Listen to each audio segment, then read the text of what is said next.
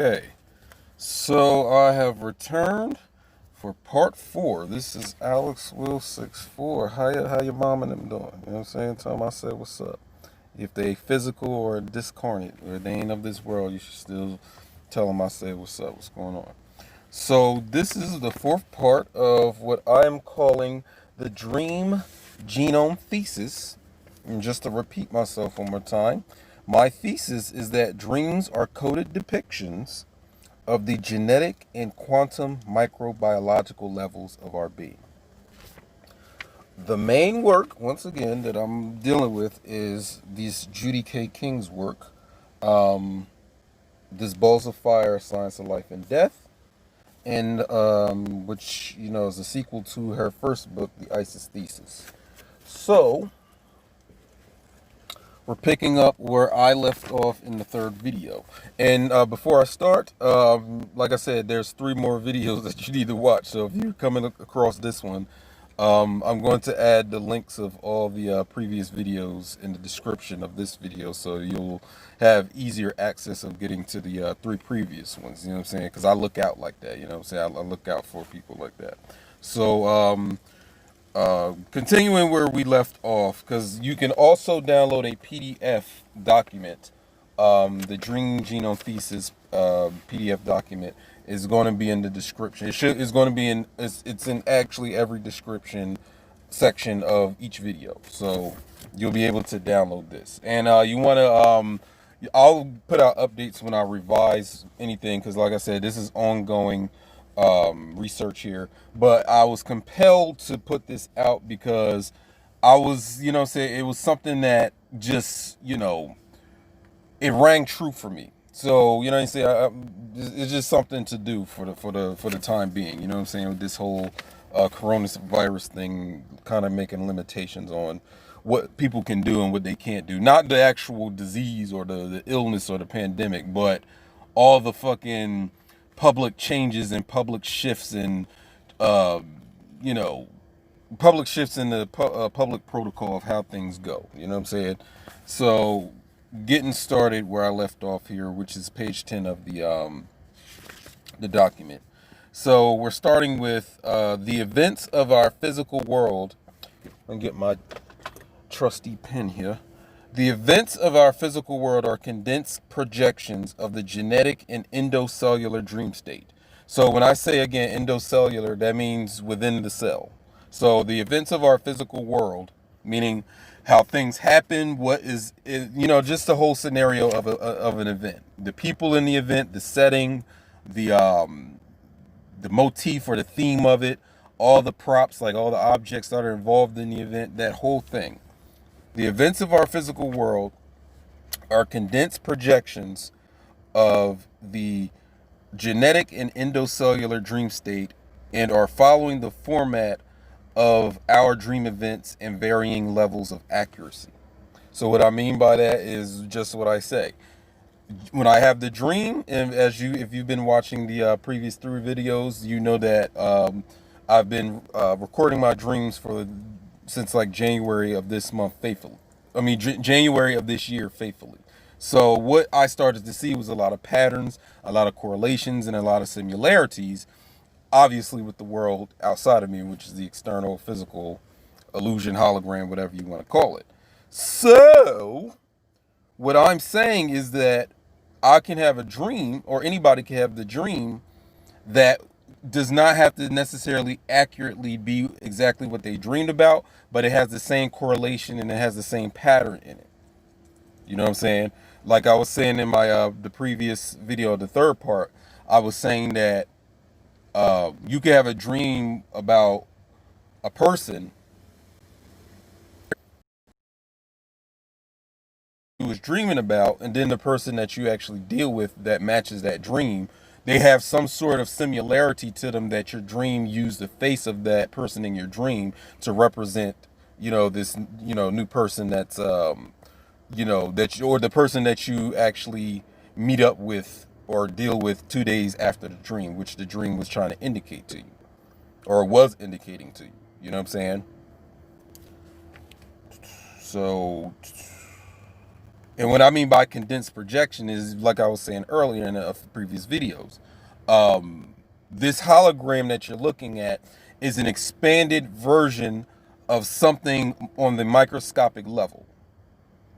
So this is a projection that, as you get to this macrocosm, this hologram, whatever it was on the microscopic plane, it basically you took a fucking, I don't know, like some of these science fiction movies where, Honey, I Blew Up the Kid and shit. So the Rick Moranis dude, you know what I'm saying, created a machine that, first he created a machine that shrunk himself. You know what I'm saying? Then he created a machine that aggrandized or enlarged himself, or enlarged one of his kids in the movie, right?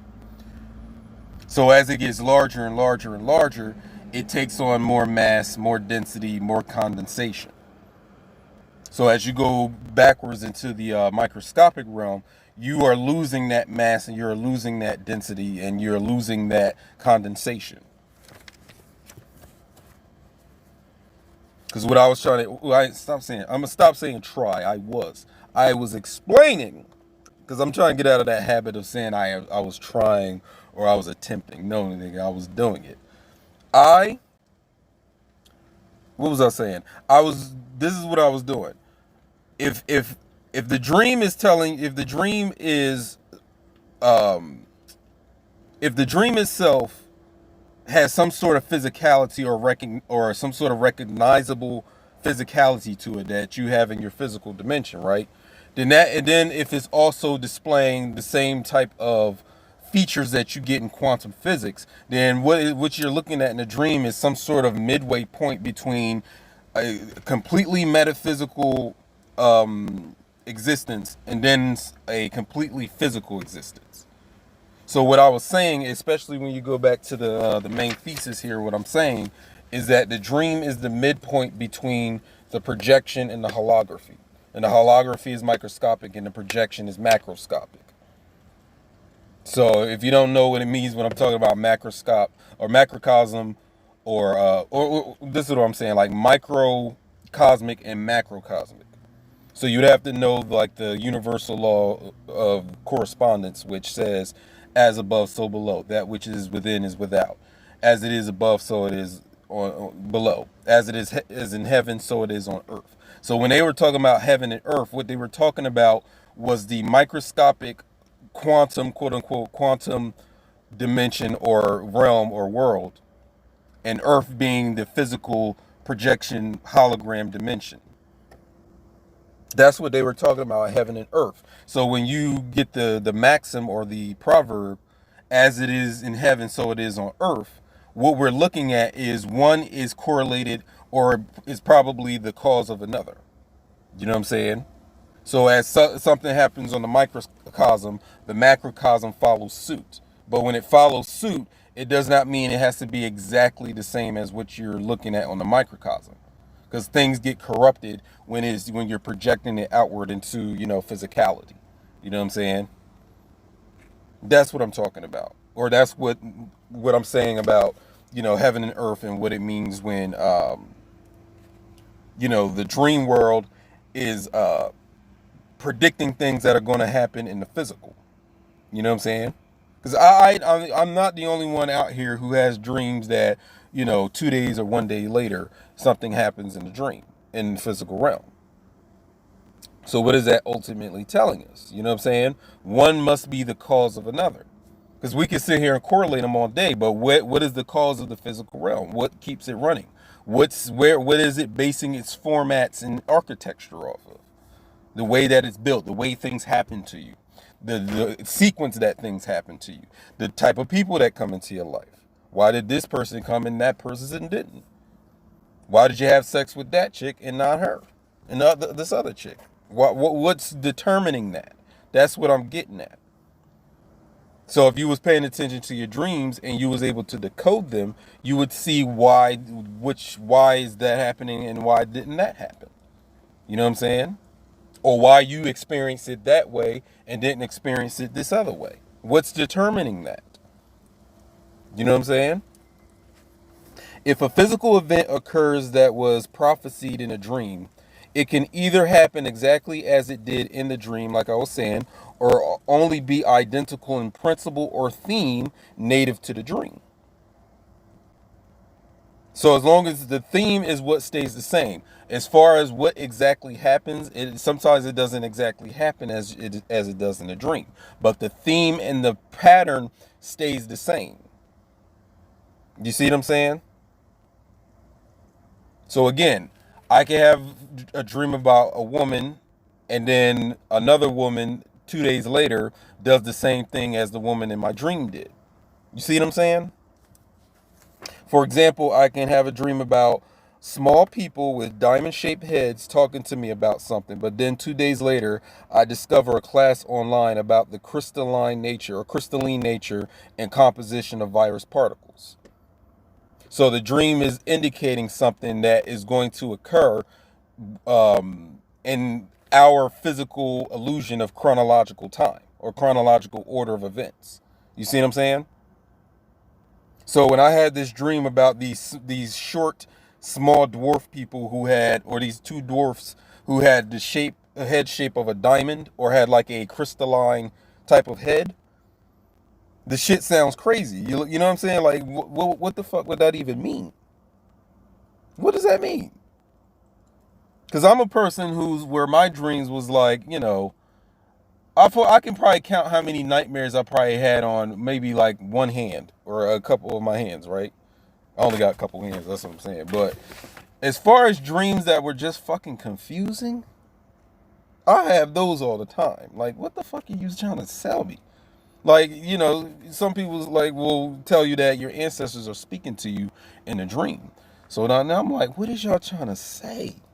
Like, and then it will fuck my whole day up after I wake up. I'm like, what the fuck was that about? You know what I'm saying? I can't be the only one, man. Don't have me hanging out here. Don't have me isolated. I know I'm not the only one who has very confusing dreams.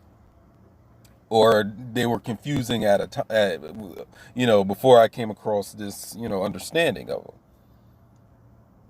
See, if you didn't know anything about this whole microscopic or microbiology or anything about that, the shit would still confuse you. You'd be like, why did two beings that were smaller than me and had like, jewel or diamond or crystal shaped heads giving me information in a dream? What does that mean? So you need a framework to see like why are these two beings or these two entities coming to me with a crystal head? You got to understand what the crystal head means or what it's really talking about. So when you start studying virology, you know what I'm saying, you'll understand that virus particles have a crystalline structure. You know what I'm saying? Some, like when they started isolating the phage lambda virus, right? They said that the capsid that virus is, or that that viral DNA or RNA is encased in, the case, which is the capsid or the actual particle, you know what I'm saying, the vector is icosahedral in shape. And the icosahedron is one of the platonic solids that lines up with the element water. So if you know anything about the platonic solids like the hexahedron or cube, the tetrahedron, icosahedron, dodecahedron, and the octahedron, and they all align with the five classical elements, which includes ether. You know what I'm saying? So with that understanding, I was like, there has to be virus particles that also have the shape of cubes, tetrahedrons, octahedrons, dodecahedrons, and whatever the other ones, tetrahedrons, if I didn't already say it. Because you already found a viral particle in the shape of an icosahedron. Right? So why wouldn't other virus particles have the same type of have the other type of platonic solids? Did these scientists find virus particles that were in the shape of cubes? Did they find that? Because I know when I forgot his name, the scientist that came up with, or the alchemist, he was an alchemist that came up with the word virus to describe this microscopic organism or creature that was on this tobacco plant that was causing the tobacco plants to wither away and die. And those particular viruses, the tobacco virus, it was a rectangle. It was rod shaped. You see what I'm saying? So I know if you, like I said, as I've been studying virology, there's so many different viral shapes. And if you ask any virologist, they'll tell you that the discovery of all these viral capsids and viral particles is still ongoing. So they know in their own mind that there's still more virus species to be discovered that they haven't discovered yet. So if you're finding a virus particle that's in the shape of an icosahedron, which is one of the platonic solids, my thing with that is you're going to also come across some viruses that are shaped like cubes, dodecahedrons, tetrahedrons, and octahedrons. You're going to find that. You know what I'm saying? If you haven't already found it. Or maybe, some of these people that find this stuff aren't being, completely forthcoming about the things that they discover. And it's not like they're discovering anything new. Again, like I said, within this book, or within Judy K. King's work, she makes a correlation between the morphology of the phage lambda virus and the actual pyramids that you see in Egypt and also in all over Nubia or Ethiopia. So she's saying that those ancient people back over in that time, they created these shapes all over the earth, not even just in Kemet or Egypt. We're talking about in the waters of the Chinese seas and all around the world that have this, triangular pyramidal shape. And she's saying that what they were creating with that pyramid, with those pyramids, was the shape of this viral particle. And then if you go back to my comparison of viruses to stars, you see what I'm saying? I'll let you figure that out. But let me continue with what I was saying. So I'm having a dream about these crystalline heads, these people with crystal heads. Now, would you know what the fuck that means if you didn't know about virology or crystal, you know what I'm saying, or anything of that nature? You would probably be like, oh, these crystals were talking to me. But what the fuck, where do you find its correlation? I found the correlation in virology and with the help of this work by Judy K. King. You see what I'm saying? So when you start having dreams like that, that's how you know you're making some progress as far as understanding what all this shit is and what it really means and what's really the fucking purpose and intention behind it. You know what I'm saying? What's the intentionality? Like, what does this all fucking really mean? And then you're actually making progress when entities like that come into your dream and tell you things directly without using any type of symbology. Like they're telling you directly as if I'm telling you things right now. Like as if you were speaking to them on the street or at a restaurant or something. Like they come here in your dream to tell you things. Like to just reveal the information to you. And that's because they know that you are a person worthy of the information or the knowledge, shall I say. Because otherwise, if they appeared in your dream and you wouldn't even, you know what I'm saying? You would have to know exactly like what's the, why are they coming to me with crystal heads? Like, what does that mean?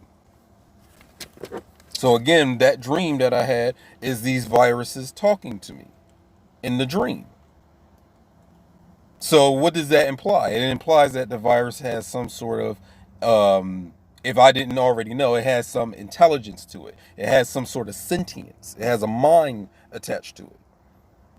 It's not just some creature that you attribute to causing pandemics and plagues and shit like that, like they do viruses now. You know what I'm saying? Even with this coronavirus thing. If I said virus to the average motherfucker, they'll just sit here and think of, diseases and pandemics and putting on a fucking mask and wouldn't even understand that these viral particles are analogous to the stars you see at night in the sky. They're the same exact thing. And so again, when they appeared in my dream, these diamond-shaped or these jewel head-shaped people or beings came in my dream, I discovered a class online that dealt with the crystalline nature and composition of virus particles. So you gotta learn to make correlations with your dreams with the world living out around you in the fucking hologram. To say that your dreams don't mean anything is a gross fucking statement. It's a very ignorant statement for you to make. Of course your dreams mean something. Otherwise you wouldn't be fucking experiencing them. And it's going beyond your Carl Jung archetype. It's going beyond all that. You know what I'm saying? It's going beyond all of that. The dream was about the intelligences, like I said, and the viruses deeming me worthy of learning their secret knowledge and subtly directing me to learn about them just with their use of mundane science in the physical world. So for any of you out there talking about, oh, Western science is not, it's not really important. You don't need to look into it. It's not really something that's really, saying I'm black or I don't, they're not really accurate. See, that's you being goofy. Stop being goofy. The whole construct of their Western science is based off of something. They're not just pulling this shit out of their ass. Now, are they completely accurate? No. Are they probably withholding information from the public? Of course. But what are we not going to do? Throw the baby out with the goddamn bathwater. We're not going to do that. I'm not going to do that. Because I need to know what the fuck they're saying, what they're talking about, and how accurate they are in what they're saying, or how forthcoming they are in what they're saying. You know what I'm saying? So if it's something in my dream directed, or something, or somebody in my dream directed me, or put me on a path to get to this type of virology science, I know it's important for my development and my spirituality or my alchemy. Now, it doesn't have to be important to yours out there, fellow viewer, but it was important enough to me. You know what I'm saying? It's telling me something based on what I had already known. You feel me? I was already studying this stuff, and then these entities come into my dream to further my path along what I was already learning. You see what I'm saying? This is how this shit works. Many are called, few are chosen. Now I know exactly what that means. Because there's shit on this earth that you'll probably never be able to find unless you are directed by your ancestors or by some entities in your dream to do that. Something can be hiding in plain sight right in your fucking face, day in and day out. But until someone or something comes along and says, you need to look into that.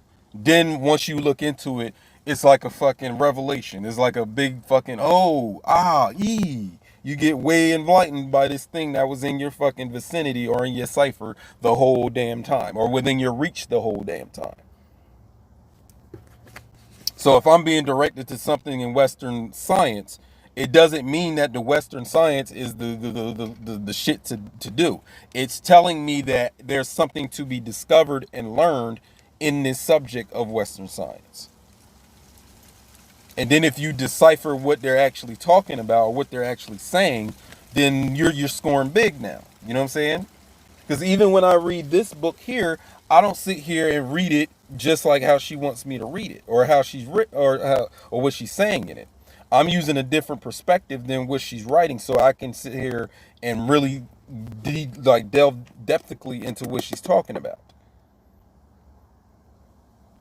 So though this shit is depthful in itself, you can go even more depthically into it, based on if you're getting some direction from an entity or your ancestors within your own dream space.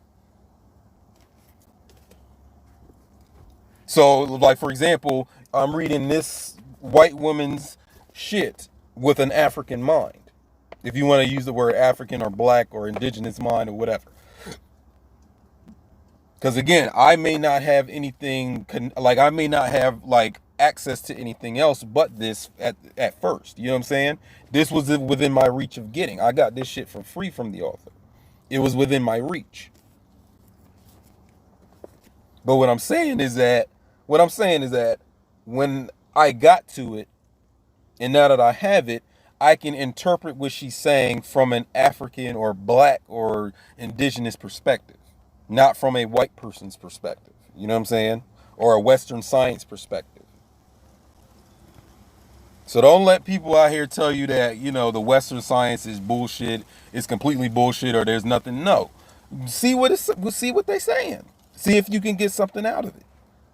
You know what I'm saying? See if there's something valuable to take from it. Now that I'm in that viewing this class online about virology, it's like I'm getting stuff out of it. Things are starting to make sense to me now about alchemy and knowing about the stone and the stars and astrology. It's making more sense to me. Now, if I was sitting here still stuck on, oh, you need to just throw out Westerns, no, I'm not going to do that. I need to see, I want to see what's going on. If I was directed to it, it must have something valuable that I can learn for my own understanding, knowledge, and wisdom. Okay, where did I leave off on?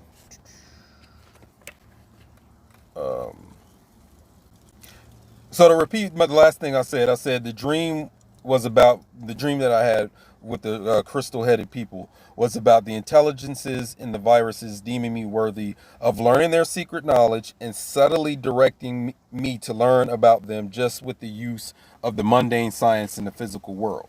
So it's just like saying that I can look into their mundane science and see where what I learned in the occult side or the esoteric side matches up with what they're saying in their mundane science. It is apparent that the viral entities are seeking to initiate me into their quote-unquote mysteries.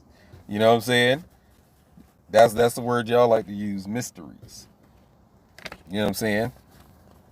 So again, what I know when it comes to humanity, the best type of human you can be if you're going to ever identify or still be in a human body, learn to be intuitively receptive.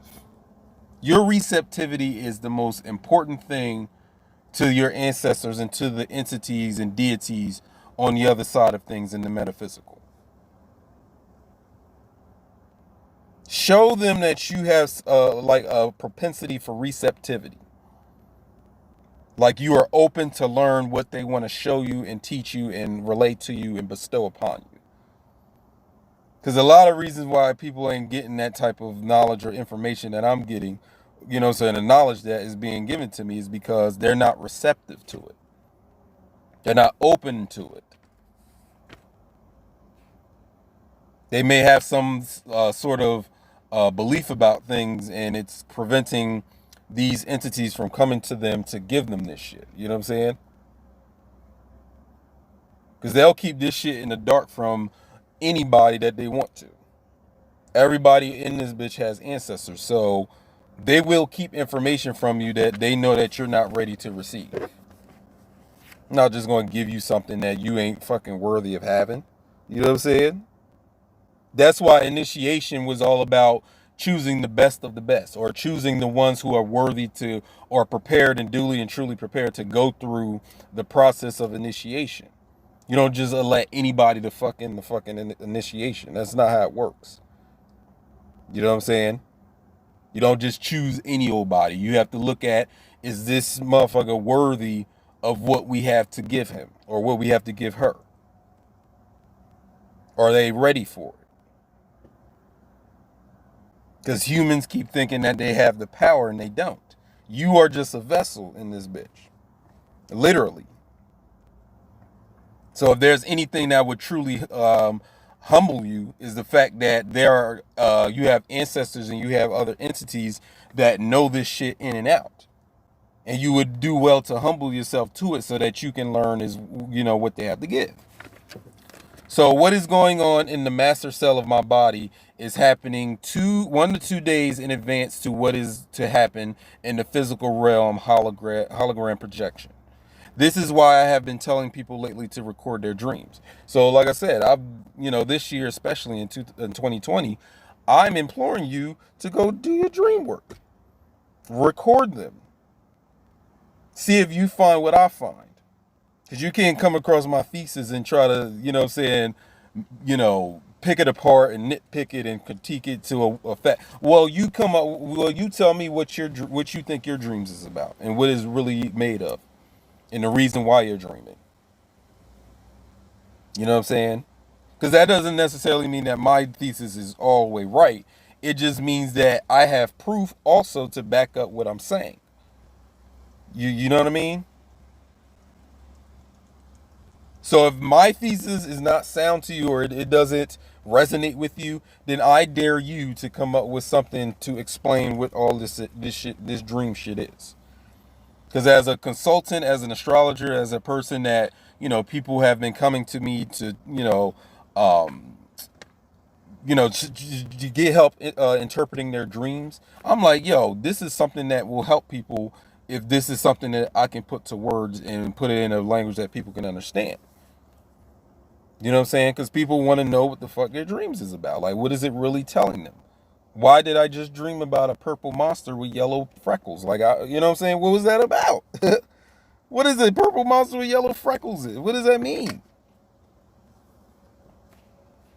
Because the shit that I was on before I even got to this dream genome thesis was that, you know, whatever is in the dream means something to you and you only. So if you came to me about your dream for interpretation, we run the risk of me giving a meaning about it that has nothing to do with the intention of the dream.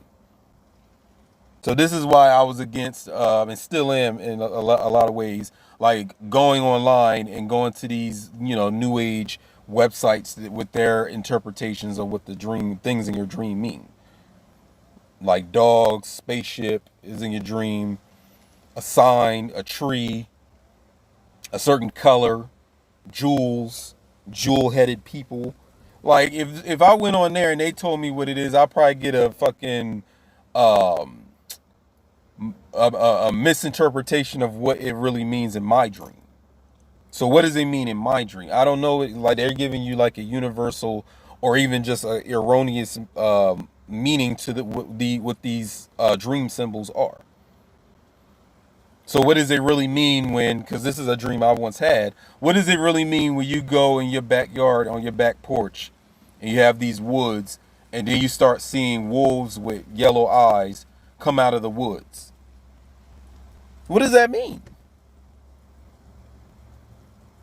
You know what I'm saying? What does that mean? Now, if I went online, they would probably tell me some bullshit. I did a Google search, what does it mean when you dream about a wolf? All these new age motherfuckers that give you their limited, superficial understanding of what that was really saying. Because then you also got to put your dream in context of what's already happening to you in your life right now. Because that would give it a lot of context. You know what I'm saying? But then I came across this dream genome thing that was revealed to me. So, maybe there is a universal dream interpretation that people can use.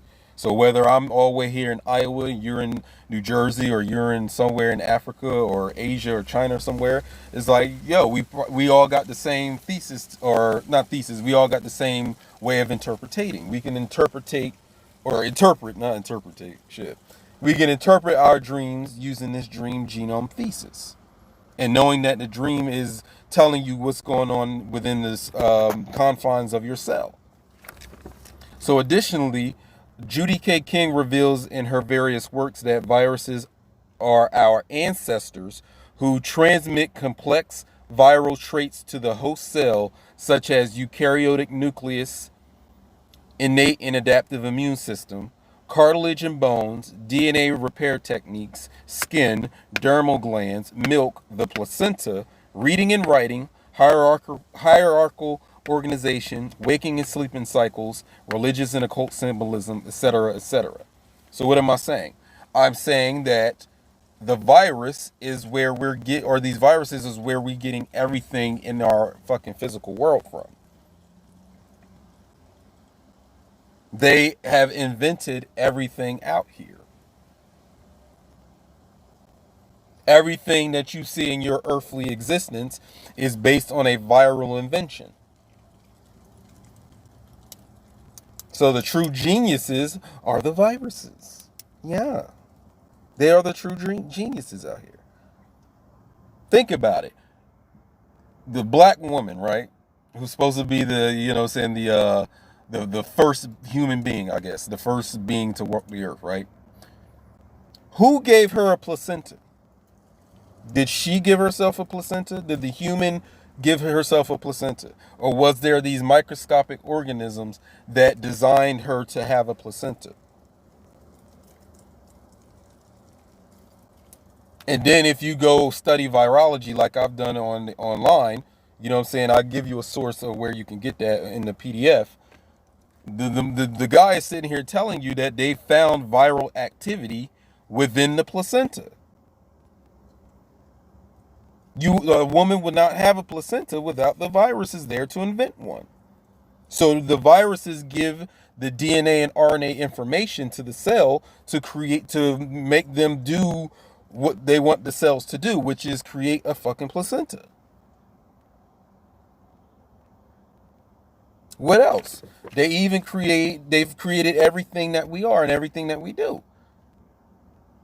The fact that we have eukaryotic cells, meaning that we have a nucleus in our cells, that's a viral invention. Virus particles created that, or at least whatever's inside of the virus created that. What else did they create? They created our immune system. We wouldn't have an immune system if it wasn't for viruses. So what the fuck are you talking about if you're saying that we caught a virus and we got a sickness and then we got to use our immune system to battle off the virus? What the fuck are you saying? That doesn't make sense. If viruses invented your immune system, that doesn't make fucking sense. How you think that something that they invented is going to defeat them or destroy them or wipe them out of existence or keep them from doing what they want to do in your body? Viruses are all around you, child. They're all in you and around you. You're breathing them in and out.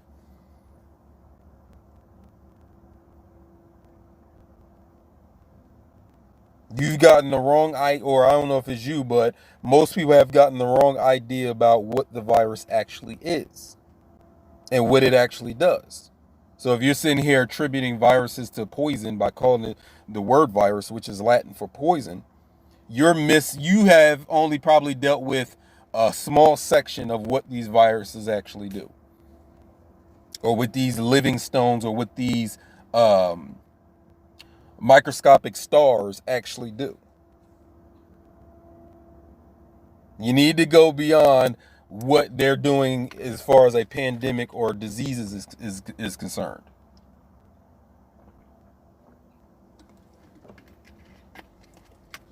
Because if you get stuck on the whole disease-causing microscopic organism part, you'll miss the fact that they invented writing. They invented reading and writing. They are the inventors of it. Because where do we find in your body where reading and writing is actually happening? It's your message RNA or mRNA doing translation and transcribing of DNA. So whatever's writing the DNA and the RNA and the messenger RNA has to be the true inventor of reading and writing in language. So that's not even a human invention. And then you get clues about that when you go to books like the Book of Enoch, where it's talking about these angels coming down to earth, or was it angels or Nephilim? I think it was angels. It was certain spiritual beings that came down and taught man how to write and taught man how to use metals and create all these different inventions. Like if you read the Book of Enoch.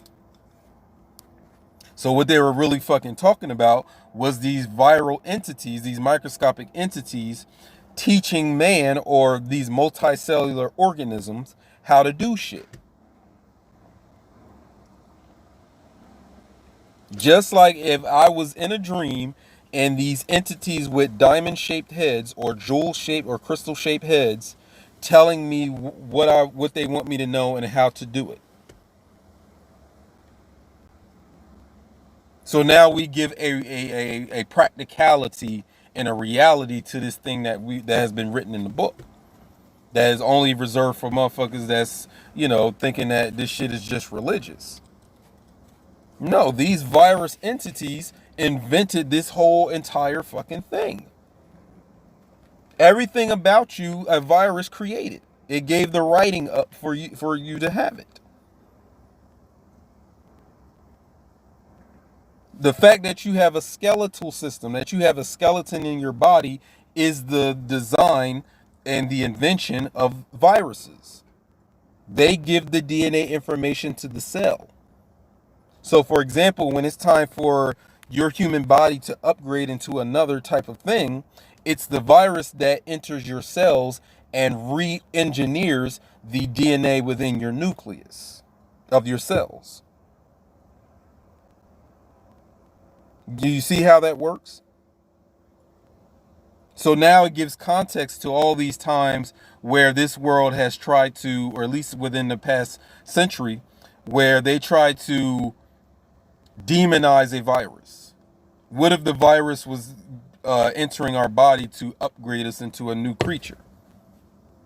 But because these motherfuckers in the government or these people that run the media are putting out this fucking campaign for you to go against the fucking virus.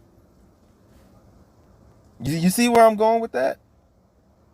They understand what's on the microscopic level, and they're trying to prevent that shit by telling you that the virus is something bad or is something evil.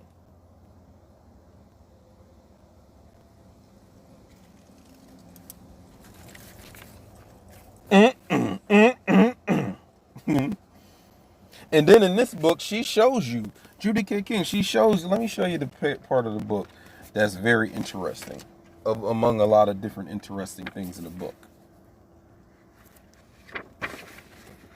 So on page 225, or 255, you see how I have it highlighted, or at least boxed. So what are we looking at? You're looking at a list of, what are we looking at? Matching DNA to theory, a gene culture system of evolutionary patterns. So basically this list is on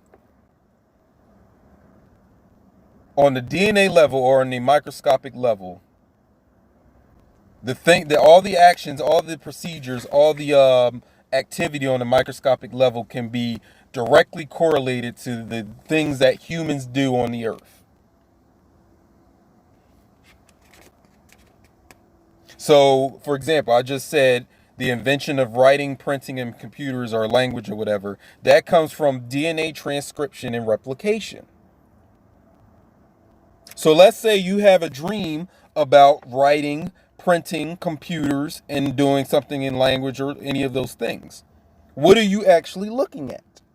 You're looking at DNA transcription and replication. This list is important when it comes to the dream genome thesis. So where do we get this idea of bartering, buying, and selling things? Because that's what commerce makes the world go around, right? Transactions, nigga. You know what I'm saying? Business transactions. Where do we get the idea as humans, as a human species, if that's what you want to call us, to create any of these things in business? Where does that come from? It's correlated to the substitution and exchange of amino acids on the DNA molecule. So if you're dreaming about buying or selling things, guess what? You're probably actually looking at the exchange and substitution of amino acids on the DNA molecule in your dream.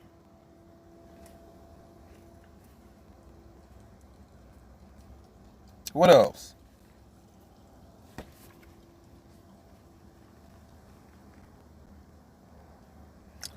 Okay, for those of you factory workers out there that work in factories, she says Ford's mass production of metal auto parts. So let's say you live in like Detroit or something, or one of these Midwest companies that deal with the manufacturing of car parts and the assembly of cars, like just a car company that manufactures cars in a factory.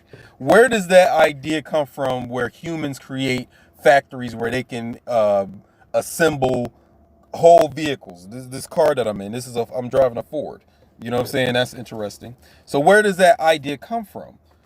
She says it comes from cloning lifestyle of metal binding viral parts.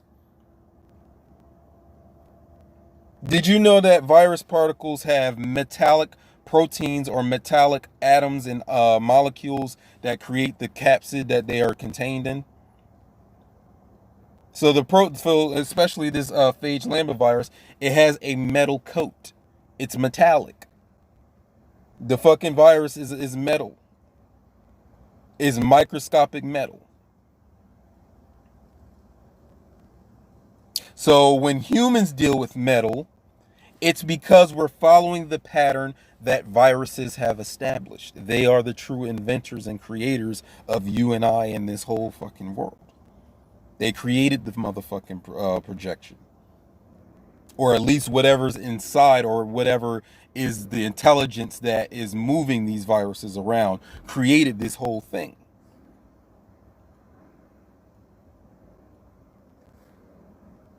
Let's use one more example, and then I'll let y'all alone about that. Even Carl Jung's archetypes of the collective conscious. For all y'all that loved Carl Jung and his work, you know what I'm saying? Gustavo Jung, that's his middle name, right? Y'all love Jungian psychology and Jungian archetypes. Well, you can correlate that to the phage lambda lifestyles. So again, it brings you back to the microscopic realm. So with his study of archetypes, he was really talking about what these viruses, like what type of roles do they play? What type of um uh yeah, basically what type of roles do they play? You know what I'm saying? So this is where, like, for example, the woman, the man, just in astrology alone, because each planet represents an archetype. So the sun represents the father, or the son, or the newborn child, or whatever. The moon represents the mother. The Mercury represents the teenager or the young child. Venus represents a woman. Mars represents a man or masculinity. Um, Jupiter represents the teacher or the guide or the priest. Saturn represents the lawmaker or the business person or the disciplinarian, right? And so on and so forth. They get all that from viruses. The viruses invented all that. Or the intelligence that's in the virus that operates through the virus invented all this shit. So when you're having a dream, you need to keep these things in mind and know that this is what you're dreaming about. You're dreaming about what's going on at the microscopic level of your being. So all the dreams that you have had, and have had in previous lifetimes even. You were dreaming about what was going on at the microscopic level of your fucking being. The processes that are going on, the activities endocellularly in your body, of which the physical hologram is a outgrowth of, or a byproduct of, or a residue of, or a projection of.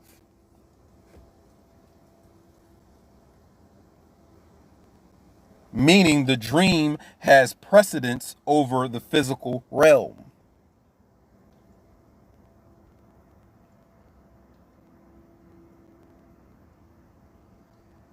So whatever happens in the dream is going to eventually happen in some other form, or maybe exactly how you saw it in the dream.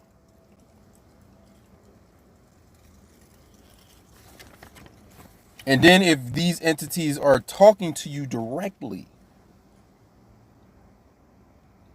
that's even more depthical. When they're actually talking to you in a conversational tone, like they're telling you things, not just through symbols.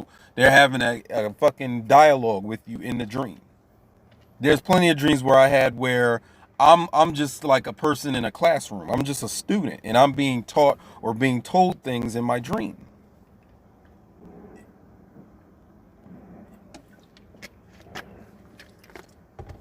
When they're being direct with you now. You know what I'm saying? Strive for that. If anything. For any of you that are still kind of like lost about what you need to be doing on this earth or what's your purpose, like I said, be receptive to this stuff. Show interest. Do the gesture. Because all a ritual is a sacred gesture. You're doing a gesture to petition or to appeal to a certain entity or a certain deity or whatever. Or your ancestors. You know what I'm saying? So when they see that, like for example, one of the most common rituals you can do is what I've been telling you this whole time. Start writing down your dreams. Start recording your dreams. Start recording them. Here, I was just talking about messenger RNA, and I just got a YouTube notification about a video about messenger RNA. Ain't that something? Maybe they're listening to me. I don't know. It could either be something correlated or they can hear me on the motherfucking phone. I don't know. Lil Wayne came out with a song on that album. I think it was the Carter 5. It was talking about he don't trust the Siri or he don't trust the iPhone and shit. I mean, I don't trust it either, but it's kind of like a relationship with somebody where you don't trust them, but you still dealing with them, you know what I'm saying, anyway. So, you know, it could be like that, you know what I'm saying? And how Siri is backwards for Iris, you know, shit like that. But yeah, when they're actually sitting there telling you shit in a dream, as if you're in a classroom, you know you're coming along, you're making progress. Because they don't have to tell you a fucking thing. They could just be like, oh, this motherfucker ain't ready for what we need to show or tell. We'll stay directly silent and just keep giving secrets in the dreams, like, you know, coded, like speaking in coded images. And let them decide what they think that shit means. So yeah, initiation can happen through your dreams. You know what I'm saying? You probably don't even need no humans to deal with you on that level of, and you can be initiated through your dream. Okay, so where I'm at. Hold on. Okay, so the viral intelligences designed everything we are as multicellular organisms. Already established that. They are the engineers in the Prometheus movie. Remember, virus equals star. So when you watch Prometheus and its sequel, Alien Covenant, which are prequels to the Alien franchise, you know about the engineers. Is these tall, pale skin giants that are within the movie's storyline. They are responsible for the creation not only of humans but of the xenomorph aliens, and that they designed the xenomorph alien to take out the human race because the engineer did not like the course that humanity was going. So they was like, nah, we gotta shut this operation down. We gotta kill these motherfuckers. And also in the movie, they talk about how they sent an engineer to Earth, but he was crucified and was persecuted. So that what they're implying in the movie is that the engineer was who we call Jesus Christ. You know, they do shit like that. You know what I'm saying? They do shit like that in the movie. You know what I mean? This Ridley Scott, who's the director and one of the writers. And then another writer of that shit was the Damon Lindelof. He's a Jew that was responsible for the show Watchmen on HBO. So I've been watching his fucking writing because the nigga did a good job with the Watchmen show as far as it being a concise story and a very compelling story and a very like I like the way that show went. It's one of my favorite shows. However, the propaganda in it, the secret messages in it, the coded shit in it, you know what I'm saying? It's very sinister though. You know what I'm saying? It's just like saying, you know, Satan then fucking made pizza, but he made the best pizza in the fucking land. It's like, you know, just from a Christian perspective, not from my perspective, but from a Christian perspective, if the devil Came in there, he created the best fucking Sicilian deep dish pizza you have ever tasted. Yeah, he's supposed to be the evil one. He's the enemy, the adversary. But damn, can that motherfucker whip up a pizza? You know what I'm saying? Or a musician. You know what I'm saying? They say the devil was a musician. He can sing his ass off. Like his songs can lift you off your fucking feet. Literally, you'll be levitating after you hear this motherfucker sing. From a Christian perspective, you know what I'm saying? Of course. But yeah, like just in that movie. And then when the xenomorph, when that black goo is able to get inside of um one of the engineers, like one of the face huggers. You know the face huggers from Alien franchise that they just jump and they jump on your face and they stick that tube down your throat and impregnate you with the black goo, right? Well, the creature that bursts, or the thing that bursts out the chest of the engineer, is a blue xenomorph called the Deacon. So why is it blue though? So now we're getting into this blue shit. I ain't gonna get deep into it because I'm gonna save that for another YouTube video. But why was it blue? Because the xenomorph is traditionally black. You know what I'm saying? When did it came out? When did the first Alien come out? 1978 or 77 or 79? The late 70s? And it had Ripley, who was played by Sigourney Weaver. That xenomorph was black. And I gotta watch the other Alien movies that came after that. You know what I'm saying? But the xenomorph is usually a black creature. So why, when the xenomorph comes up out of the engineer though, is blue? What does that mean? What's this blue shit? We would have to ask Damon Lindelof. I mean, I already know what they're talking about, but we would also have to ask Damon Lindelof, the Jew that helped write that movie. Because then he goes on to do the Watchmen series on HBO. And the blue creature in that movie is Dr. Manhattan, or the show is Dr. Manhattan, obviously, but now he's a black man. So what's this blue thing? Why have this blue xenomorph burst out of the engineer at the end of the movie Prometheus? What's that all about? Yeah, y'all need to decode what this blue shit is. Bioluminescence, and we'll be talking about it in another video. But where I'm at. So remember, virus and star are analogous to each other. Because if the cells of your body and the earth is analogous, then the stars and the constellations and all this shit would be representative of the viruses that are all inside of your body, and all. I'm breathing in viral particles right now. Refreshing. You know what I'm saying? Refreshing. So virus equals star. So again, what we know about the virus, we can apply to the stars. What we know about stars and astronomy, we can apply to the viruses. So that's a transdisciplinary approach between virology and astronomy.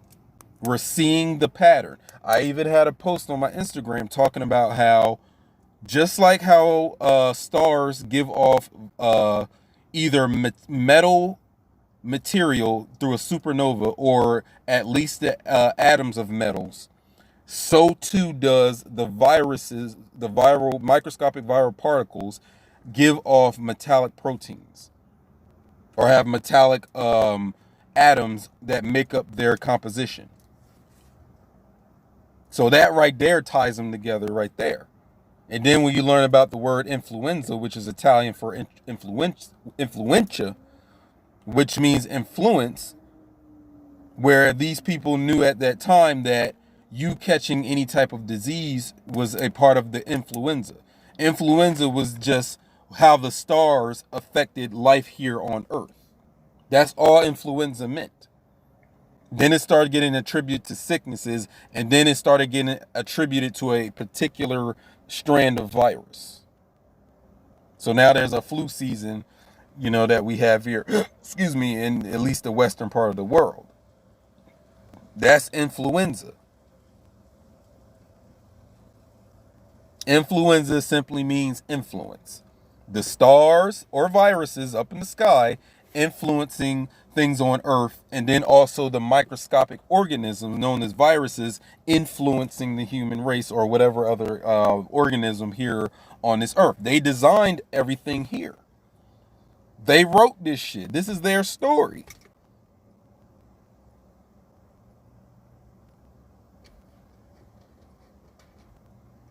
Now, if what I am is truly a virus, like if my intelligence or consciousness, if that's what my mind, my consciousness can be traced back to a viral particle, then that means I'm a virus all along.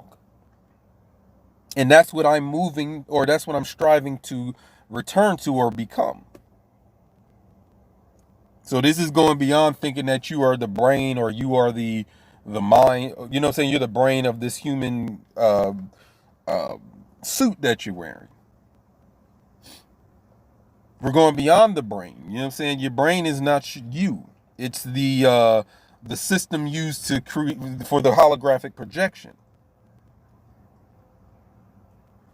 Now, I don't know if you know what a soul is or not, but I know what a soul is. A soul is a virus particle. It's a microscopic organism. See, they hint at this shit with movies like Venom and Spider-Man 3, or just Venom in general. You know what I'm saying?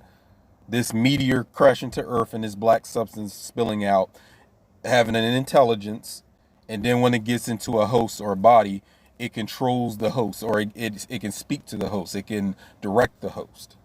That's what you do with alignment. The thing that what I've been talking about with alignment, where you need to develop your intuition to hear what the soul is telling you to do. You're supposed to get in aligned with your soul, because eventually you and your soul are supposed to merge together. This is this is alchemy. I'm talking about alchemy. If you haven't noticed that there. You know what I'm saying? I'm talking about alchemy. This is what alchemy is. That black substance is important. And then when you watch the movie Stargate, I made a post about that on my Instagram. Stargate, how the James Spader character, the little nerd nigga that was, they went into this dimension or portal, important. They went through this Stargate. That's why the movie is called Stargate. Because they find this magical portal-shaped circle out in the ruins of Kemet. You know what I'm saying? And the white boy, James Spader, he figures out a way, or he decodes the hieroglyphs along the portal to know how to activate it and turn it on. So they go through the portal, him and this military group, they go through the portal and they arrive in this new dimension that's ruled by this character named Ra. So when he deciphers some of the hieroglyphs when they get there, the James Spader dude says that the shit is saying that Ra is a microscopic parasite that attached itself into a human boy and has been ruling over the people in that world ever since. So they're fucking telling you. This movie came out like 1994. So there's all these, any movie talking about viruses or parasites or any type of microscopic organisms, you need to really pay attention to. This is coming from me learning about my ancestors on that level, them telling it to me, and now me revealing it to you if you don't already know. Study all these movies talking about viruses, microscopic organisms, bacteria, and anything of that nature. Because you'll start to see what these motherfuckers done discovered and what they're trying to put in these movies to kind of like shut the shit down for you. You know what I'm saying?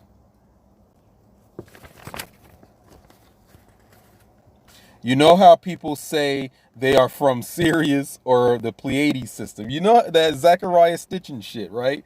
How they say you're from, motherfuckers saying they from Pleiades, or, you know what I'm saying, Ursa Major, or you from the star Sirius. What's really being talked about is that this is all happening on a microscopic scale, and it is further solidified by the fact that you were but a microscopic fertilized zygote attached to your mother's uterine wall prior to the mitosis process that forms you into a fetus, where viruses are also involved in it, especially when it comes to the placenta that they have designed.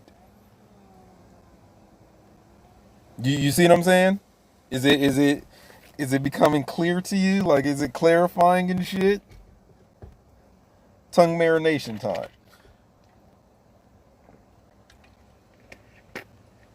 Oh yeah, notice I was wearing blue shirts in these videos. But anyway, um, they said they from Sirius or Pleiades.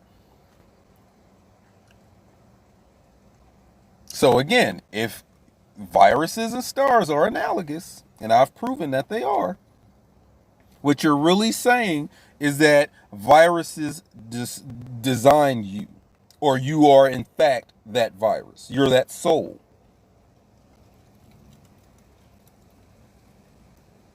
Asking the motherfuckers what a soul is, and you're probably not going to get the answer that I'm giving, that I'm sitting here providing, unless they know this science just like I do. Because you're pretty much going to get a motherfucking up in the air answer that really doesn't give it any concrete understanding about it. Motherfuckers that don't even have a soul are sitting here trying to explain to you what it is.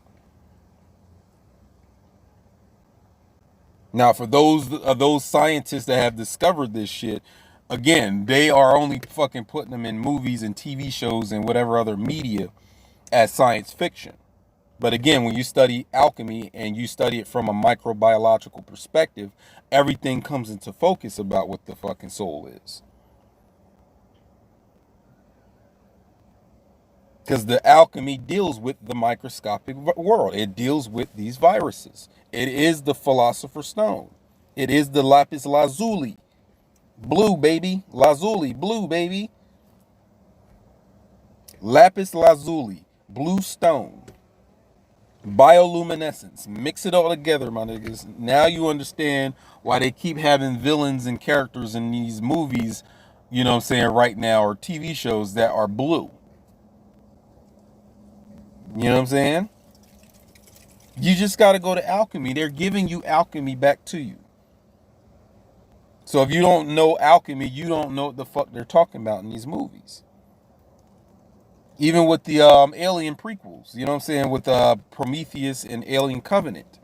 Why are they using these alchemical understandings and putting it in a setting of extraterrestrials or aliens or outer space and shit? Why are they doing that? Because your extraterrestrial shit is analogous to what's going on the microscopic level of your body. They even put out movies dealing with that exact premise. The Faculty, The Thing, you know what I'm saying? Even Dreamcatcher, that Stephen King shit, that, you know, based on a Stephen King book. All that shit, parasites, worms, you know what I'm saying? They're talking about DNA.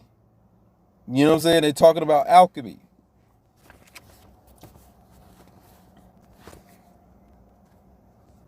So then I asked the question in my document, what was life like before the mitosis took place? Because when I say master cell, I'm talking about the zygote that you were. When the gamete of your father, which is the sperm cell, and the gamete of your mother, which is the egg cell, and they join together, that's your master cell. That was the master cell. That's what that was. That was the blueprint that would create the rest of your the rest of your multicellular being. The cells of your body right now is based off that blueprint. So what was going on in that cell before it started to divide into the trillions of cells that you have now? And of course, I'm aware of the fact that there are cells that have to die. They go through apoptosis or whatever so that other cells can come into the foray and do all that. But at the same time, there's still a blueprint there. There's still a format there. It's the reason you look like the way you look or act the way you act or whatever fucking chemistry is going on in your body. So there's something about that master cell, that zygote, that we need to go back to. Because that's where the fuck this shit started for you, at least in a human sense. Or in a microscopic, or shall I say, on a physical sense. You know what I'm saying? So going back, let's go back with this. There's a new point I want to bring up. As far as dream symbolism and interpretation in general is concerned, I am saying that each symbol in a dream is genetic and endocellular in nature.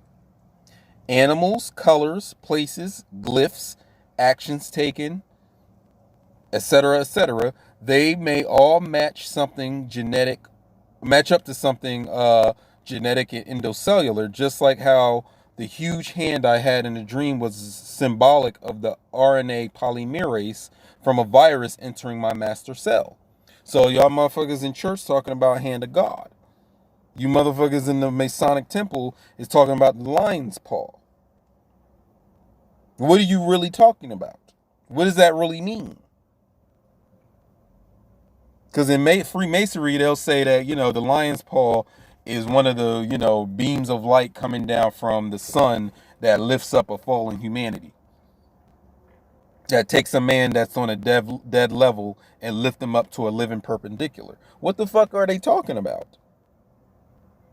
Sitting at the right hand of God. I think in one of these videos, in this Dream Genome series, Dream Genome Thesis, I did talk about one of my posts where, I was given these Bible passages about the right hand of God. What do you think that's really what they really fucking talking about?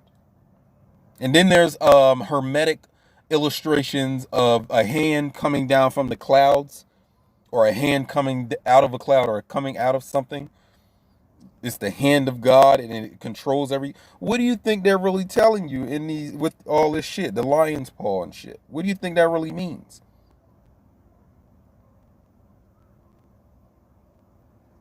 Because now you got to be able to use your pattern recognition skills, your ability to apply the law of analogy. So when you go into virology, and know that there's such thing called RNA polymerase, which is in the shape of a hand.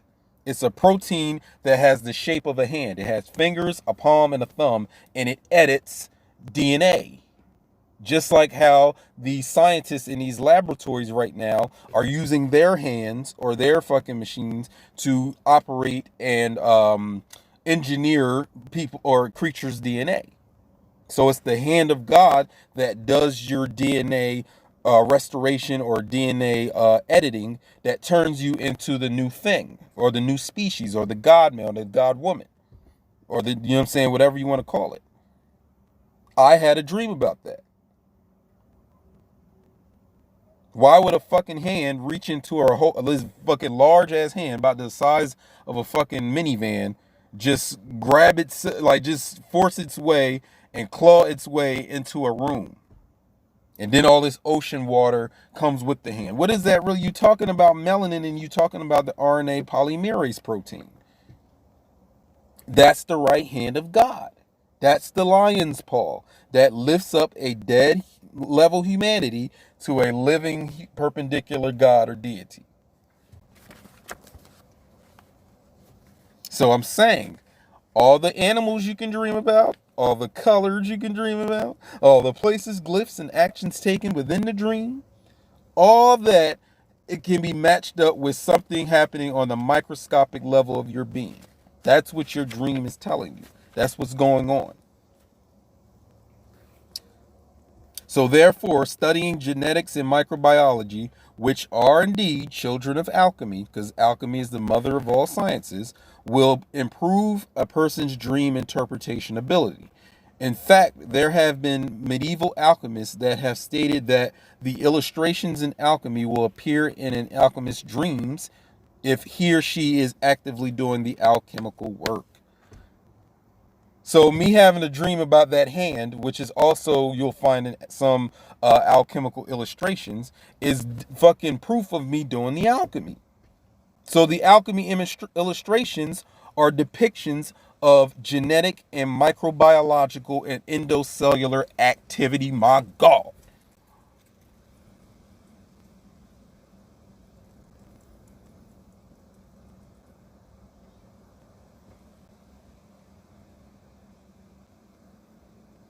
Mm-hmm.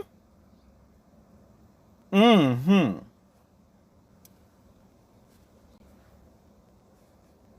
So that's why I'm an alchemist. That's what I'm choosing to be, an alchemist. I don't have to be nothing more than an alchemist, because if I'm an alchemist, I'm an astrologer. If I'm an alchemist, I'm a geneticist. If I'm an alchemist, I'm a virologist. Hmm? If I'm an alchemist, I'm a nanotechnician. Hmm? If I'm an alchemist, I'm an astronomer. Hmm? If I'm an alchemist, I'm a fermentator. Hmm? You know what fermentation is? When they use yeast to create products, whether it be beer, wine, whiskey, bread, cake, or whatever. You're using a microscopic organism, a yeast, a fungi, to create and change one group of materials into another thing. Because I love rum, I'll give you the rum analogy.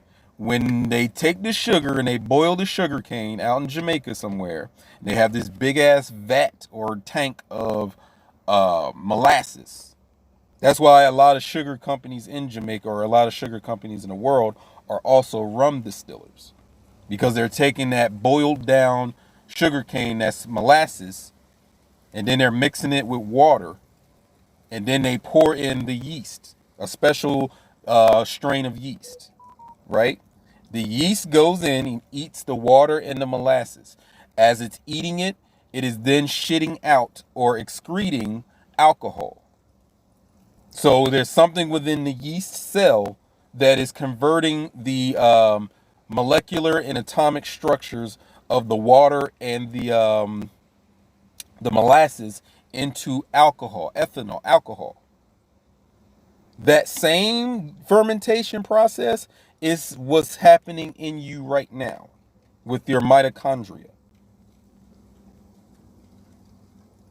And then also when you do your alchemical work to do the transformation, there's a fermentation that's supposed to happen.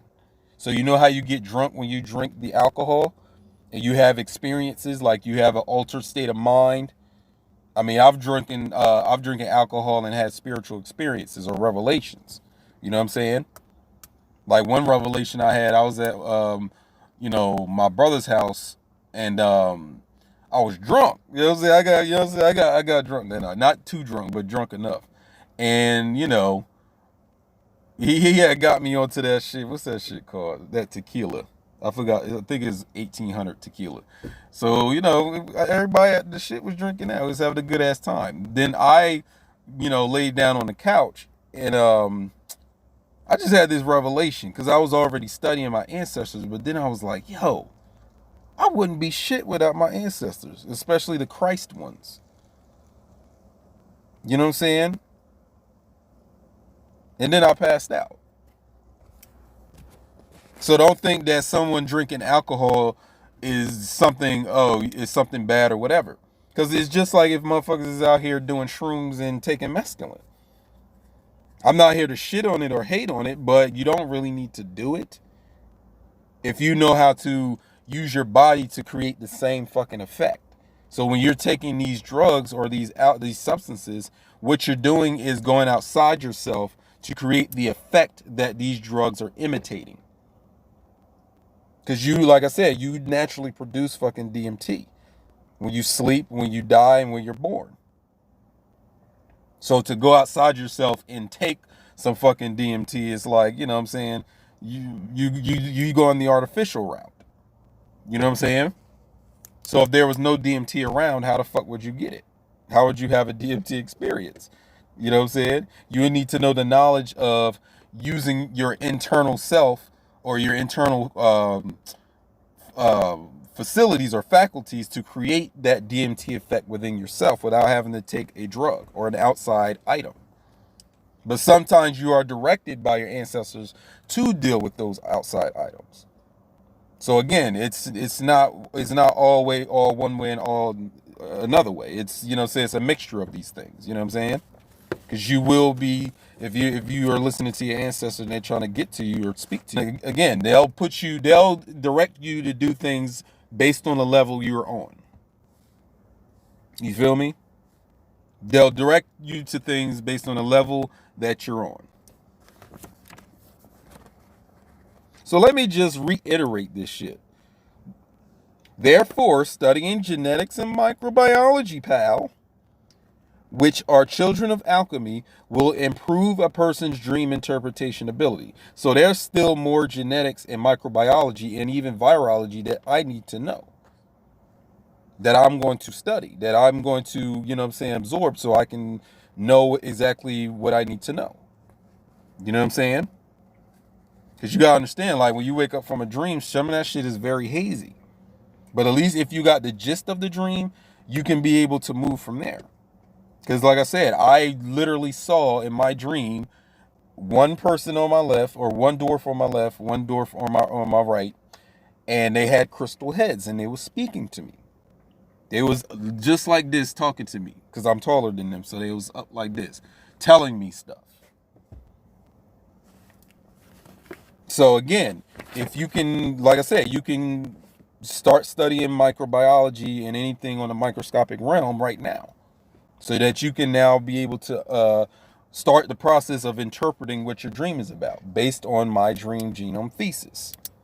In fact, there have been medieval alchemists that have stated that the illustrations in alchemy will appear in an alchemist's dreams if he or she is actively doing the alchemical work. In my life right now, I am having those alchemical dreams. You will know you are having alchemical dreams when those ancestral deities or entities directly tell you secret knowledge as if you're in a class, not just symbolic events.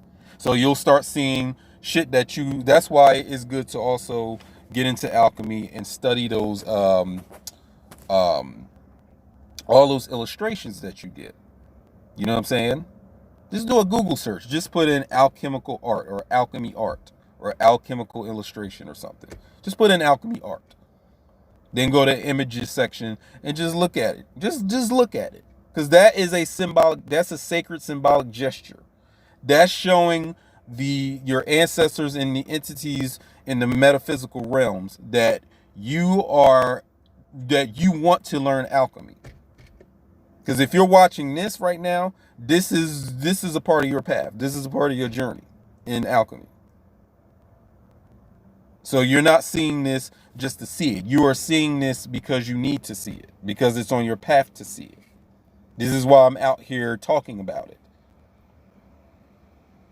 There is a drive or an intention to get more of us into this science and alchemy.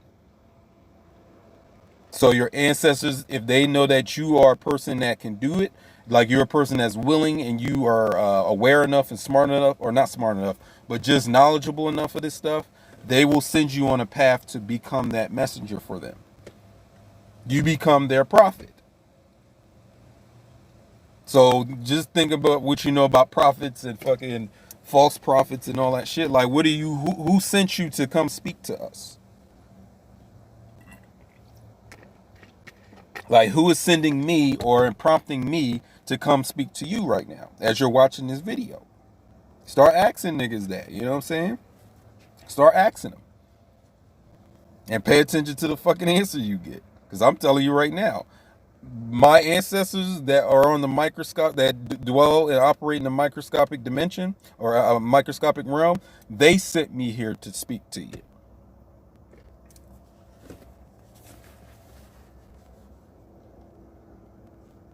Okay, so where I'm at.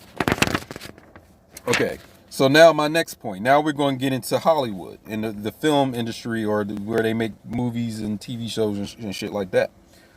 The Hollywood film complex is a gross reflection of the dream process, which some of you may already know, as some people out there already know. Yet, going deeper, we can discover secret correlations. For instance, before movie theaters switched to digital projection of movies, they used film reels that were fed into projectors. So we all know that classic sound of, that low when we watching a movie in a theater, especially if you're sitting all the way in the back of the theater and the projector room is right above your head and you can hear that and you can watch the film, on the silver screen.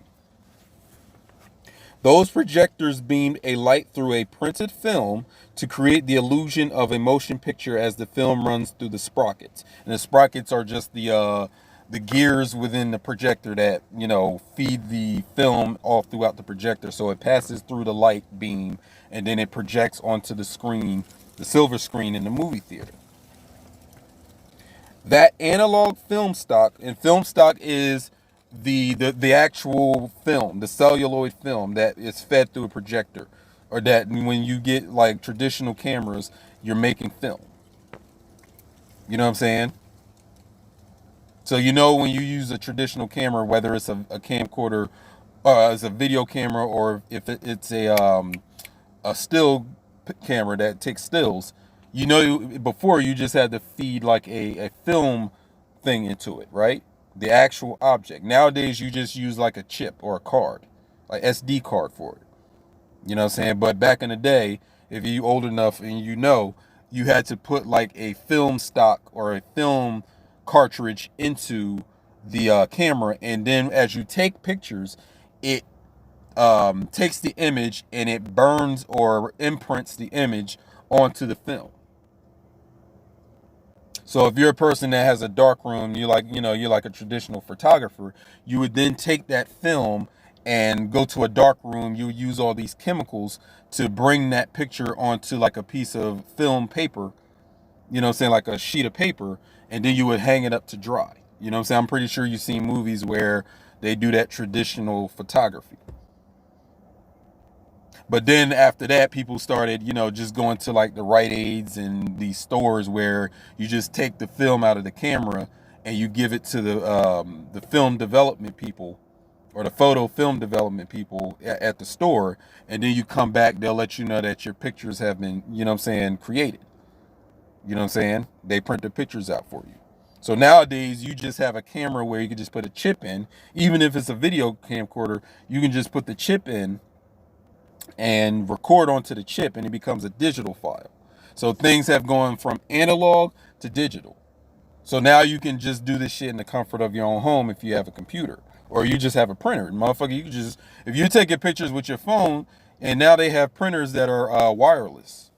All you got to do is sync your computer or sync your phone, your smartphone, to the printer, and you can print shit out like how I do.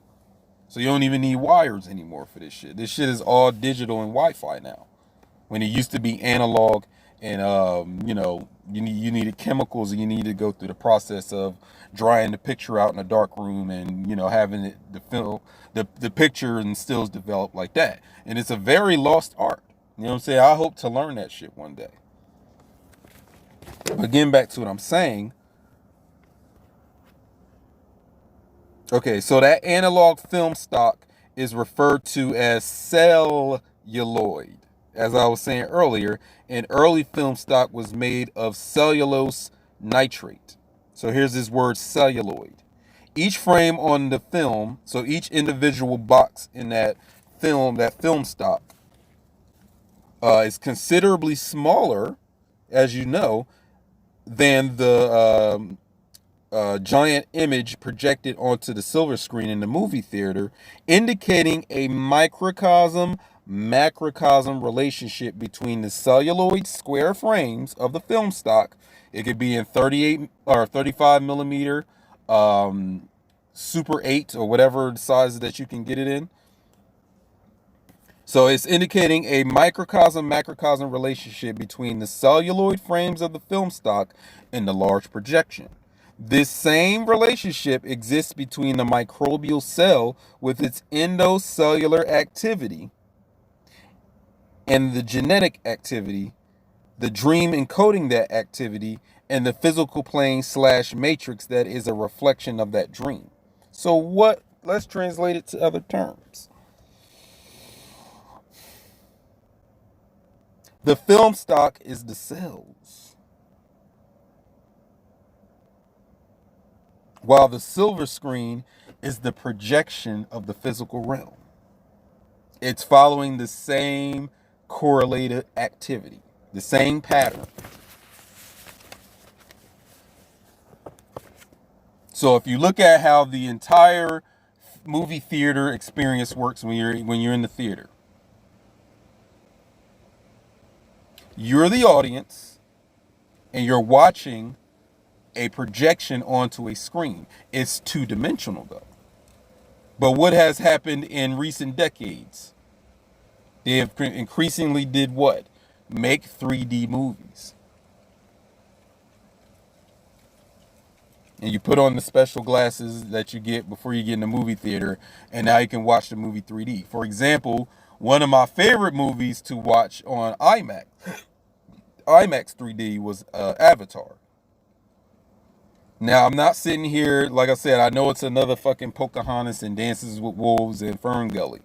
But the experience, you can't deny. It may have been a shitty story with the white boy saving the indigenous. Fuck all that. They could have just made a movie where it was just a fucking documentary of them just exploring this fictional world without any of that other shit, any of the other characters in the movie, and that would have been fucking satisfying. There's people that watched this movie and went home and felt depressed because of the fact that they wish they could go to a world like Pandora in the movie Avatar. They wish they could become one of the Na'vi, like the tall blue cat people. Because again, the movie is talking about the virus. Did you know that there's a virus called, a virus called Pandora? So that movie is pretty much a movie talking about the microbiological level of your being and how you are to become a blue cold light bioluminescent being, just like the Na'vi are in the movie. But that's another conversation. We're going to deal with that in another video. So I got off topic. So the relationship between the small film square and the projected 16 by 9 screen where you see the movie. So you have the microcosm and the macrocosm in a relationship with each other. This whole shit is detailing how your microscopic cells are projecting this whole fucking macrocosmic world. This shit is what does it mean to say holograph and hologram? What are we talking about? Because when the next step after 3D movies would be a holographic movie, where you're watching a movie that's all around you in 3D. It's like a 3D light hologram that you're watching. You know about Tupac at the Coachella, where they basically made a hologram of Tupac on stage and had that hologram rapping in, the song of Tupac. They have this technology now. They've been had this fucking technology. It's hologram. You need special lasers and you need a special holographic film to pull it off. And I'm saying, and I'm gonna get, hold on, let me just deal with this part. We're gonna get into this shit, y'all. We're gonna get balls depthical into it. Balls depthical. I would say deep, but it's been played out by y'all conscious niggas. We're gonna get balls depthical into this. You know what I'm saying? Balls depthical. So So we're looking at a micro and macrocosm relationship. This is important. So now we get to understand how by looking at this external artificial mechanism, we can understand what's going on within us internally. And you can do that with any piece of technology or any type of mechanism that you see on this earth. You will find the same exact mechanism in you. You are the measure of the universe. Man, know thyself, thou shalt know the universe and the deities. You know what I'm saying? And all their mechanisms that go with them. So even when you go in astrology, Mars has a mechanism. Venus has its own mechanisms. Sun has its own mechanisms, its patterns that it presides over or that it represents. Pluto has its own mechanisms.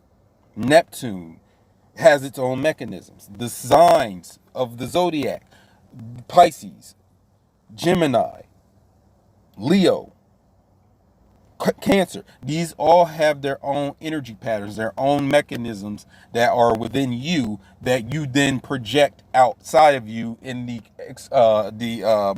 external hologram.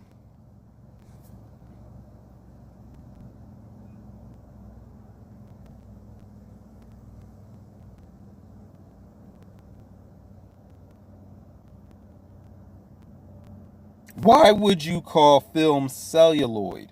What's this cell thing? The cell is giving you a fucking hint, if you paid attention, that it's talking about it, or it's correlated to the cells of your body. So what else goes in with the mechanism to create a movie theater projection? What else goes into it? You got to have a beam of light to pass through the film so that then the projection goes onto the screen. So what is that light compared to within us? Well, I was just telling you or did I tell you in this video or another one?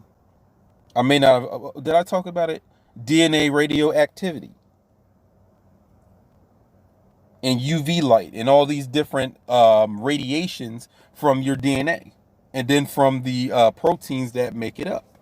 So if you know anything about luciferase and luciferin and bioluminescence, you'll know that there is a chemical known as luciferin that connects with oxygen by the work done by the luciferase protein to then radiate this cold bioluminescent light. So when you go to California, for example, on the shores of California at night, you'll see that there's certain microscopic organisms known as plankton that have a bioluminescent glow. So when you look outside or you're out on the beach, it looks like blue sparkling crystals all along the beach. Those are the marine plankton giving off a bioluminescent glow because they have the DNA or the holographic text to create that. See, in alchemy, you deal with the lapis lazuli, the blue stone. So this is how I know the whole bioluminescent thing is also involved. It comes from alchemy. It's an alchemical feature of alchemy. And then when you tie it to these movies talking about blue characters, or they're wearing blue, or they're giving out something that's blue, like the movie American Gangster with the blue magic, and then the show Breaking Bad with the blue colored methamphetamine stones, because that whole fucking Breaking Bad show is about alchemy, especially with the apprentice relationship between Walt and Jesse. Watch if you've seen Breaking Bad already, go back and watch it from an alchemical perspective. Learn about John Dee and Edward Kelly from the book Enochian Magic, and how they had a master-apprentice relationship, or a partnership, where they was doing alchemy and dealing with these Enochian angels. You know what I'm saying? Because in alchemy, you become an apprentice. It's just like Star Wars, or especially like the Sith in Star Wars, like how you become an apprentice to an already established Sith Lord or Sith Master. So if you watch the original Star Wars trilogy with Darth Vader wasn't the ultimate villain in that movie series. It was the Emperor Palpatine, or Darth Sidious. So Darth Vader was an apprentice to the Emperor. That shit is alchemical. It comes from alchemy. So let's say I'm a master alchemist and you wanted to study under me, you would become my apprentice. So that's what Jesse is to Walter in the show Breaking Bad. The show is about change. The motherfucking Vince Gilligan, the dude that created the show, he tell you that this shit was about change. So going back to that light that passes through the film to create the projection, so there must be some sort of light that goes into the projection of the physical dimension, or the physical hologram. There has to be a certain thing of light. So this brings me into another post that I put up months ago, or maybe last year, and then I reposted it again like last week or so. But what if we replace that celluloid film with holographic film? Now we starting to understand what this shit is all about. So I'm looking at this here. So this is the post that I put up. So it's showing you the holographic film, this thing right here, the holographic projection, which is the apple, and the special laser that you have to pass through this holographic film in order to get this. So if we was looking at a fucking movie, for example, this would be the film projector. This would be the screen. No. This would be the film. So this would be the projector with the light in it in the movie theater. This would be the film, and this would be the theater, or the screen, displaying people, objects, places on that silver screen. But what if this film was holographic? Let's explain. So it says figure 2. Unlike normal photographs, every portion of a piece of holographic film contains all the information of the whole, hence the word holographic, or hologram, or holography. Thus, if a holographic plate is broken into fragments, each piece can still be used to construct the entire image. So you know how you have a picture, right?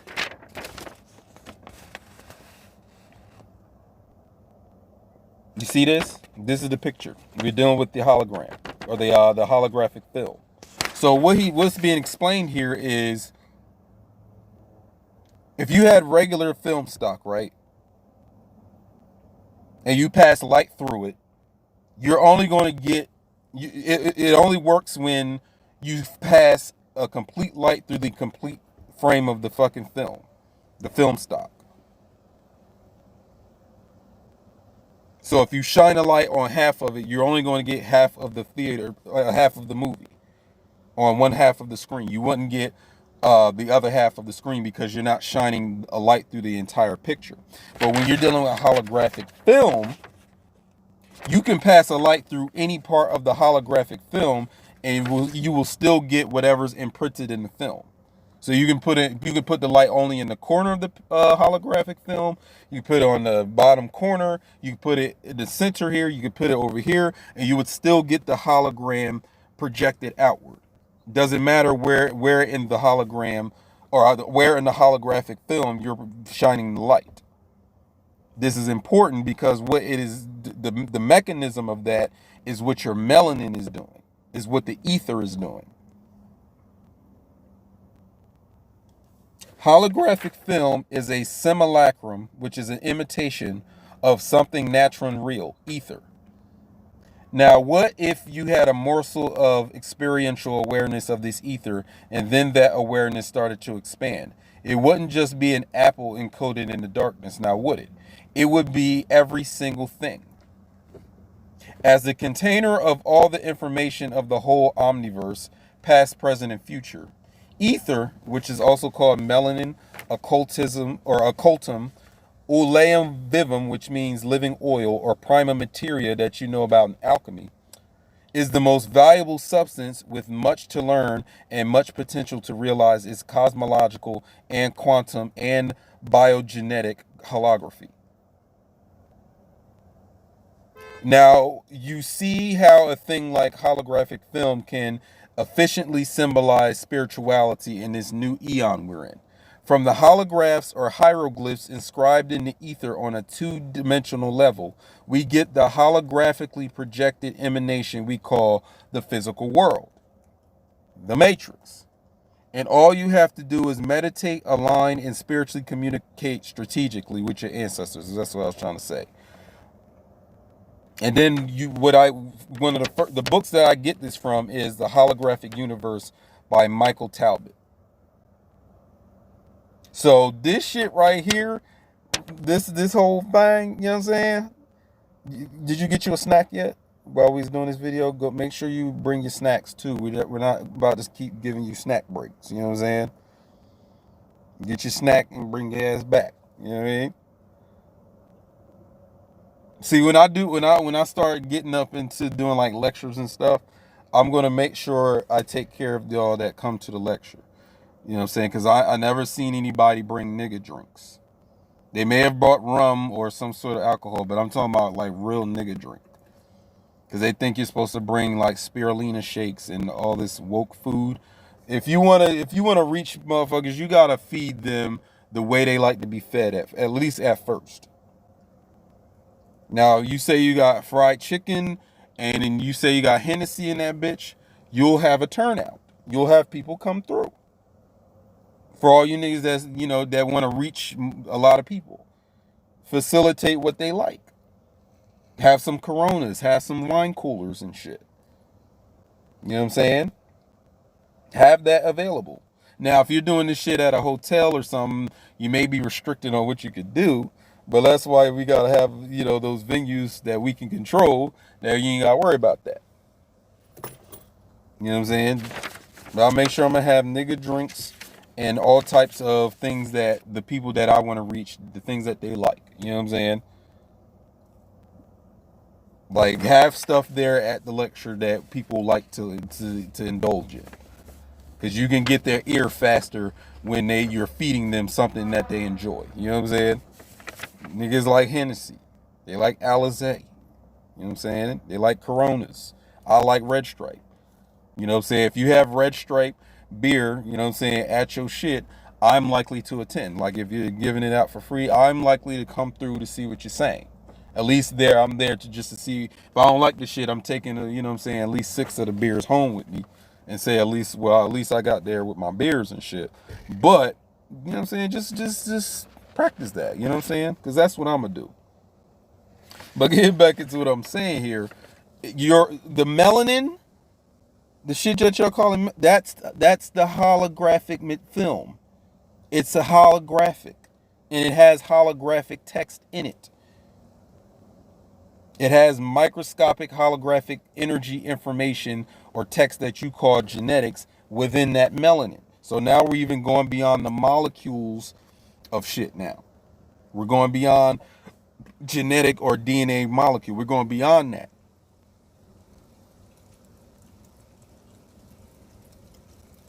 It's just like in that movie, Phantoms, that Dean Koontz stuff. They hooked up this black substance to a computer, and the black substance was able to interface with the computer. Remember that? What other movie did we see that in? We see this in the movie Lucy. Somewhat, where when she turns into the black woman towards the end of the movie by having that melanin overflow, she then gives the scientists at that it was a French university that Morgan Freeman, decrepit ass, was in. She gives them a hard drive or a flash drive with all the knowledge she has acquired, becoming this god woman she has become. And she turns into this black substance, and then out of the black substance comes this flash drive that she gives to Morgan Freeman after she becomes the black woman. And I think in that movie Prince of Darkness, it's a John Carpenter movie where it's this substance where it's considered the devil, or it's the prince of, it's the Satan. It's a substance. You know what I'm saying? It's a substance that has this anti-molecule in it, or anti-matter in it. And that's supposed to be the devil. You know what I'm saying? Or the demon or something. Because then if you watch the movie Angels and Demons, which is that Dan Brown shit, it's supposed to be either, I think it's a prequel to the Da Vinci Code. And they have this bomb in the movie that's like an antimatter,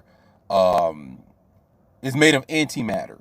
So that antimatter is the black shit. That's the melanin. That's the that's the black goo that's in the movie Prometheus and Alien Covenant. That black goo.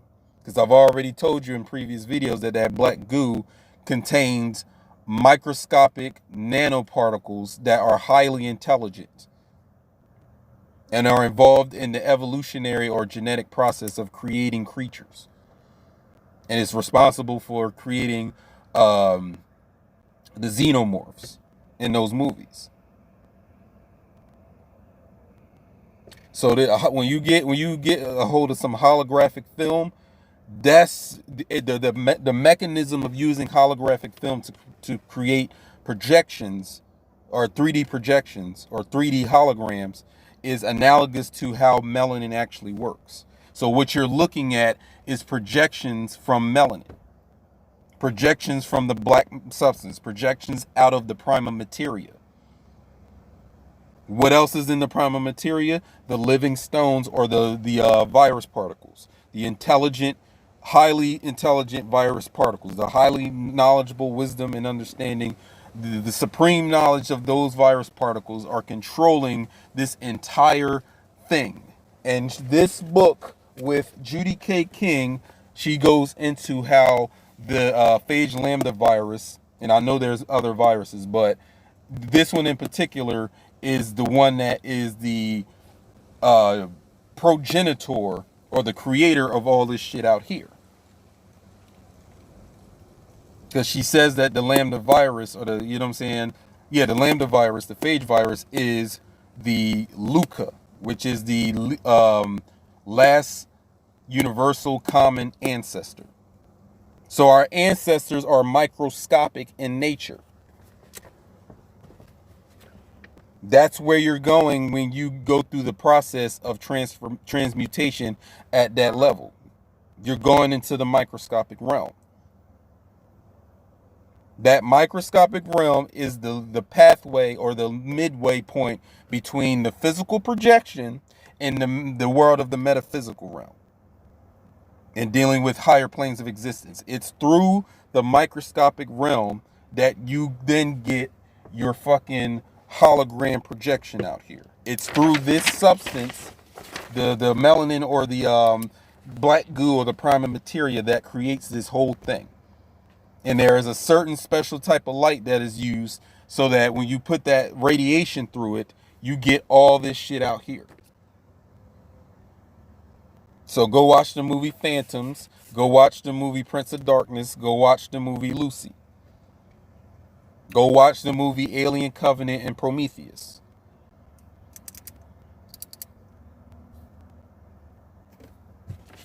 So, like I said, this is the, you know what I'm saying, end of the theory for the time being. So as I assemble these pages back together, there we go.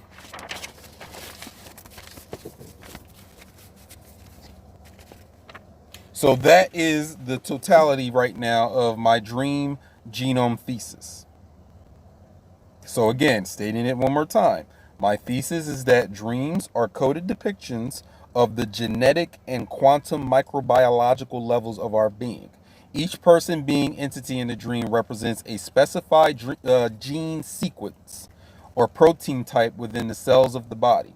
The dream acts as a graphical user interface or GUI that encodes the features and activities within the master cell, the master cell, which is the original fertilized zygote before mitosis began and formed the multicellular fetus, which becomes the human body after birth.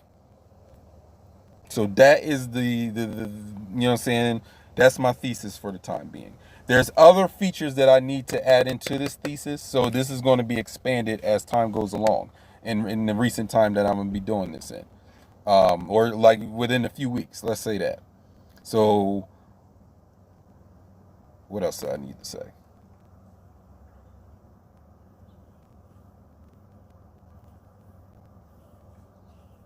And that the dream is the midpoint between the projected physical hologram and the microscopic holography in the melanin of your body.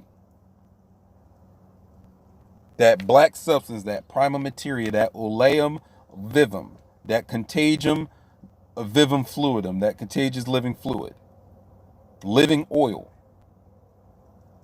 This is why I deal with consecrated olive oil as a symbolic gesture, as a sacred gesture, as a ritual.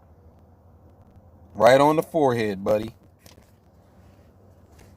So for any of you that know that I deal with be ye fruitful and deify, which is my slogan for get into self-deification and all that stuff, there are processes in which how it could be done and things that could be done so that you can do the alchemy. So without anything else to say, hit me up. My Cash App is $AlexWill64, or Venmo is at AlexWill64. You know, for some people that can't use Cash App or don't want to use Cash App or doesn't have a Cash App, you can just get at me on Venmo, AlexWill64. I'm on Instagram as AlexWill64 and EtherRealist. My website's acrosystem.com. I teach people spiritual warfare like I teach them in the art of spiritual warfare. You can check me out on that. And then if you want to get into my online courses dealing with emotional baggage claim and doing the inner work, you can go to ether-ins.teachable.com. So again, you can download this document in the description section of these videos, and all the other links of what I just said is in the is in the description section of the video. So I will be putting out more videos on different topics, especially dealing with alchemy. You know what I'm saying? So look out for that. Do like this video if you ain't hating, or you know what I'm saying? Because some people watch this shit and be like, fuck that like, fuck that subscribe. You can subscribe, hit the like button or whatever, you know what I'm saying? Because I'm coming with some alchemical heat. Because my whole thing is that, why come here and say shit that has already been said if you're not dealing with something that is going to progress things forward? You might as well sit on the lap of the nigga or whoever that you're getting your information from. I'm not here to be a parrot. If I'm repeating somebody's information now, it's because it's playing a part in what I'm trying to bring new to the table. If I don't see that other people out here that are speaking about metaphysics or occult or anything of that nature, if they're not talking about something that I know that needs to be at least discussed and explained and, you know, put together, I'm going to be the one to come out here and do it. I don't know about you, but I'll be the one to do it. So thank you for watching these videos. Hoping this dream genome thesis can help you interpret your dreams or whatever. And I'm signing out.